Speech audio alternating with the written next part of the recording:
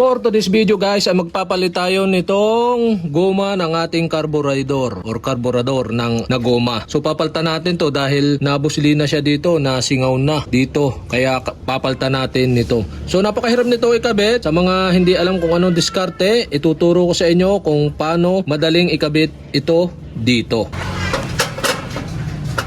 Una natin guys na gagawin is lulugan muna natin itong mga clamp na to, yung naghihigpit sa goma. Itong dalawa, tapos itong nandito sa kabila para lumuag yung paglalagay natin dito. Ito na lang.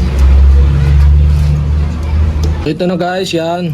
Tinanggal na muna natin to. Yan, yung clamp niya. So bili kayo ng ganito, mas maganda yung stainless para hindi siya kinakalawang. Pag kinalawang na siya, mahirapan kayo pagtatanggal. So hanggang mapunit lang yung goma pagka tinanggal nyo. Para mapabilis ang pagtatanggal natin ito at pagkakabit ng goma, so una nyong gagawin, tanggalin nyo muna itong cover. Tapos ito yung pinakang housing niya. So huwag nyo tatanggalin ito. Tatanggalin nyo yung tornilyo ditong isa, dalawa, tapos yung nasa ilalim. Yan, tatlo. So, tatanggalin siya natin at para maigano natin to. Yan, kaya niluagan din natin itong isa para maisod natin at mailagay natin ng maganda yung goma. So ito na guys, natanggal na natin yung tatlong tornilyo. Yan, kita nyo. Pag in-adjust natin yan, so ito na siya. Na-adjust na natin. So para mabilis na nating maikabit dito, tatanggalin muna natin itong luma. Yan.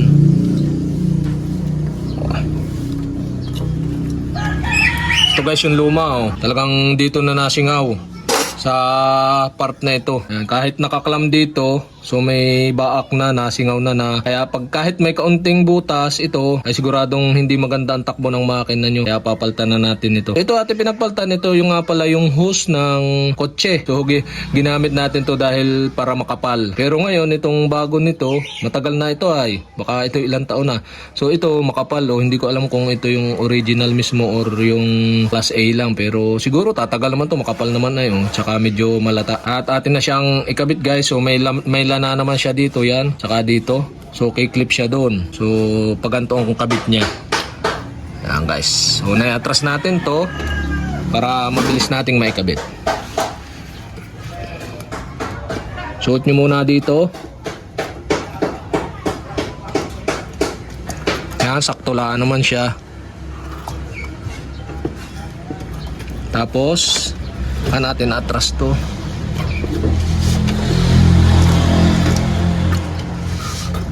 Yan.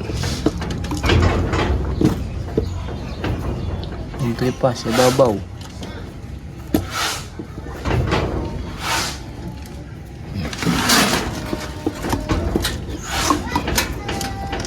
Yan guys.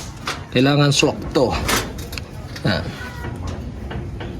Yan, kita naman nyo guys. So, yung lana kanina ditong nakabuka, dapat nakatapat siya dito sa may tornilyuhan. Oh.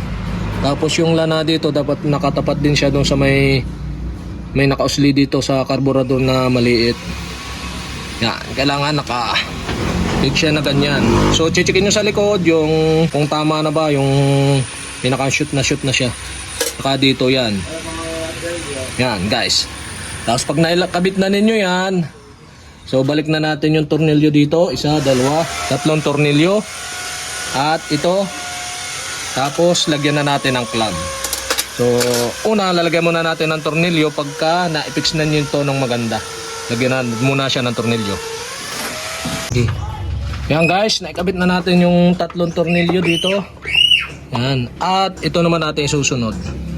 Itong clamp na to. Tapos yung clamp dito dalawa. So higpitan lang natin to. Tama nyo lang yan. Nakapix na naman siya ng maganda. So screw nyo lang.